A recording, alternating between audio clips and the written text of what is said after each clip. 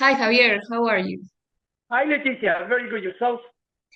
Well, Javier, today I'm gonna ask you some questions about your career and your actual job. All right? That sounds good. All right. Um, as you know, right now I'm studying economic and international business, so these questions is about that. Fir- Perfect. Firstly, what inspires you to study economics? Well, I just wanted to know actually how things were interconnected at multiple levels. Let's say the governments, how they work together, and how it was working as well with all the institutions that goes downwards, like businesses and everything. Basically how things are interconnected. That's what I wanted to know. That's I think that was more the curiosity I had that actually brought me at this point, to choose economics. All right, Javier. Next question is, what skills from your studies in economics are useful in your current job? You tell me that your actual job is major account executive, right? Yeah.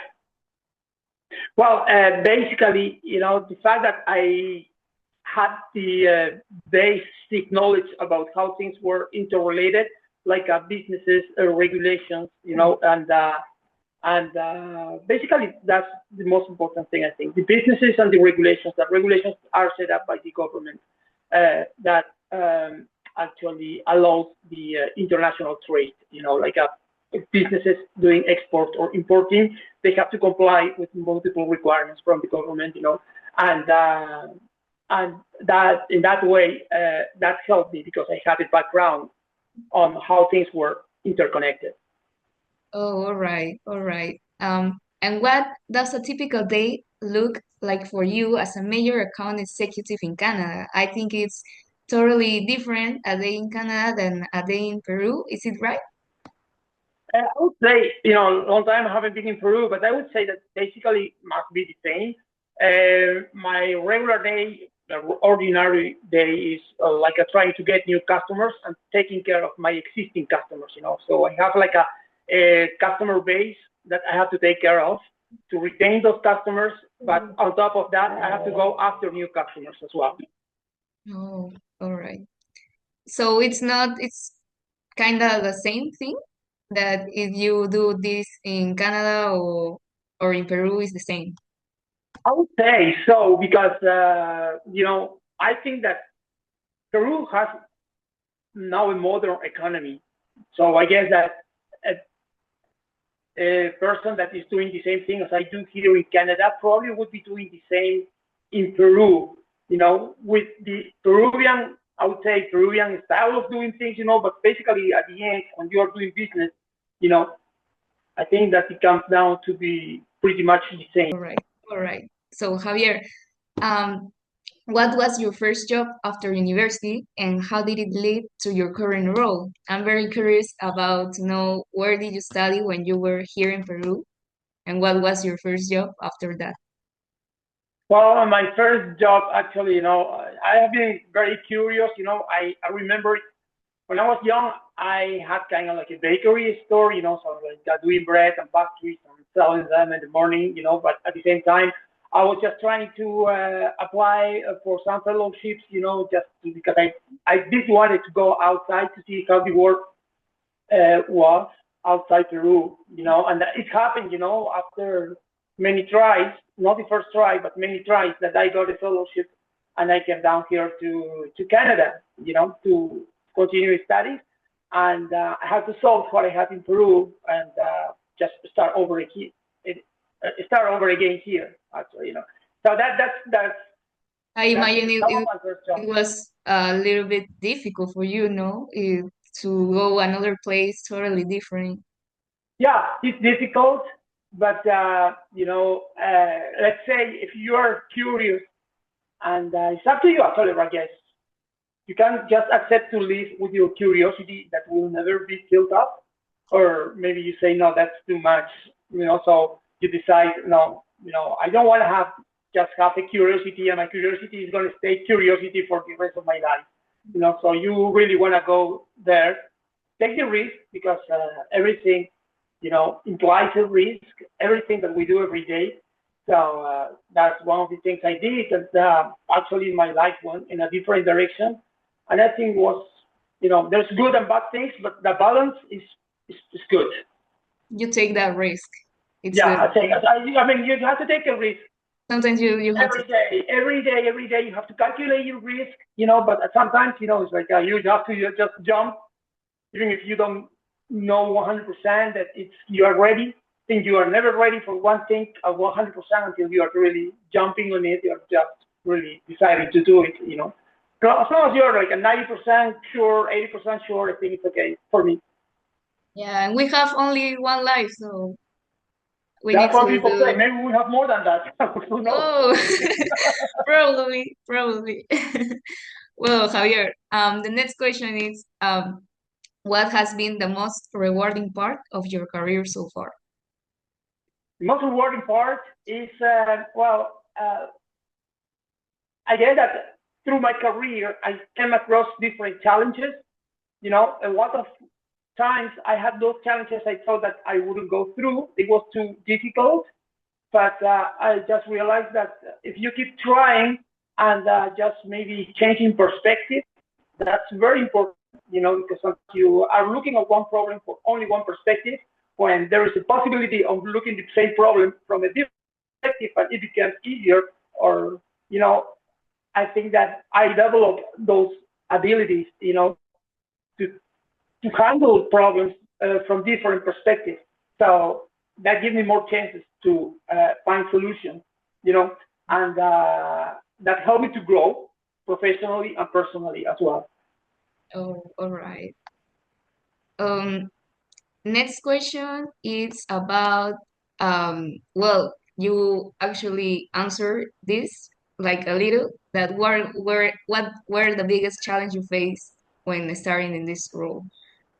Yeah, actually, when I came here, it was language skills. I think that one of the most important challenges I had, you know. But I think that those are things that you can just overcome, I mean, with practice, with imagination, you know. I think it's important not to give up, to give yourself a chance to try. And if you don't get it at the first try, to try two, three, four times, in a different ways. I think that at the end, you end up just going through and making it up. That's it. So, Yeah, yeah, Javier. For me, it's crazy that you work in a place that all your work is in English, and it's very surprising for me because I think it's crazy, and I don't have that level of English at this time. But I think it's good for you because I think that um made that you can talk more in English and with your work and living in Canada. So yeah, but I think that you speak very good English. To be honest with you, at your age, my English was not that good.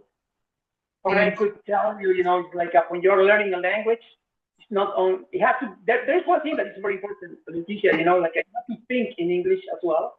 Because that was one of my challenges as well. Because I was translating in my mind. So when you are translating, when you want to explain something, it's gonna come like slower. You know, and when you are thinking in the same language you're talking, things go fast. So if you can change your mindset, so not to think in Spanish, but when you're speaking English, to think in English at the same time, that helps a lot. yeah, yeah. I hear about that, but Yeah, right now that I'm here in Peru, it's kind of difficult to do that because all my friends, my family, all the persons talking Spanish, so it's difficult for me to act that language in my life. But sometimes I put a movie in English, all in English, yeah, yeah, and or listen to songs in English also. So yeah. But you speak very good English, actually. I understand everything you say. And I mean, don't underestimate yourself. You just got it. To be honest with you, I mean, like, if you are just outside Peru in an English country, I would give you like 2 months, 3 months max, and then you are already speaking English fluently. oh, all No right. more, no more, maybe 1 month. Oh yeah, I think in that I think that it will be great to travel into a place that the persons will talk in English. Mhm. For let me practice my English and Yeah, do a better job yeah, in yeah. my Would be language. great. Yeah. Well, looking back, is there anything you will have done differently in your career path? Yeah, I have my own career actually, but I always I'm very manual with my hands. Actually, like I wish I could have just learned something else besides my own career. That is maybe not completely related, but it's more like a hobby at the same time as a job. So I've tried to do it. I've done it until one extent, but I would have liked to do it in a more deep way, becoming more professional. Why I'm saying that, because when at one point, like I'm not working on the same thing for the rest of my life. At one point I gonna probably working. I've been working for 26 years, probably 2 years more. So I'm gonna do something else. So like keeping in mind that at one point you want to do something else as well, just keep the hobby with you alive all along your life. You have your own career, but on the other hand, you need to um, just, I would say, keep a hobby alive. That's it. Because at one point, you're going to be back at that hobby, what you like the most.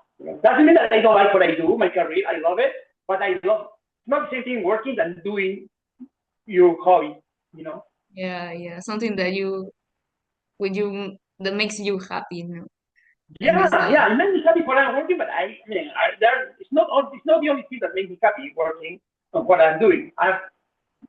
I'm a little bit dispersed, so it's like I have other interests as well.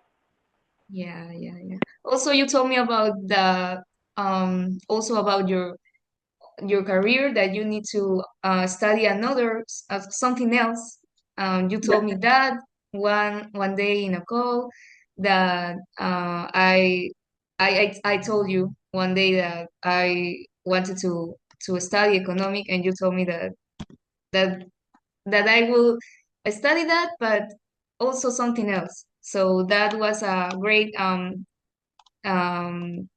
thing for me because I went to the university, but to study not only economics. I study economic and international business. yeah, So and I think that's a great decision, to be honest with you, because economics is so global, that it's a and huge it's a huge thing, so you can get lost on it. It's very vague. While if you are just focusing on something concrete like international business, so I think it's more grounded area.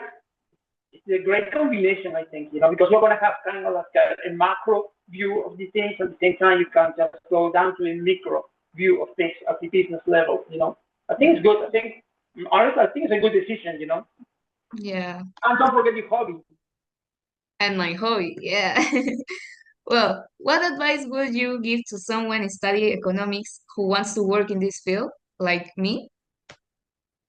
Well, in this field, nowadays, I think you're doing the right thing. That's what I can see. Because language skills are important. Like you speak English, for example. And that's gonna help you a lot. Because now businesses, and mostly if you're going into international business, it happens in English.